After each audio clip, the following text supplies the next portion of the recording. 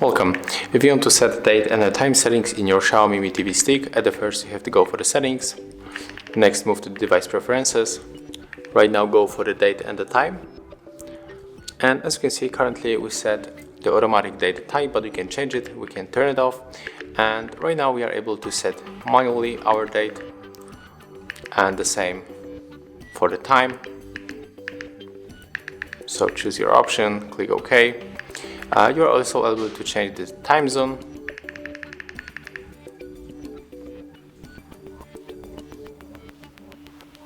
As you can see, there's the full list of the time zone, so you can choose your, for example, we can go for Madrid.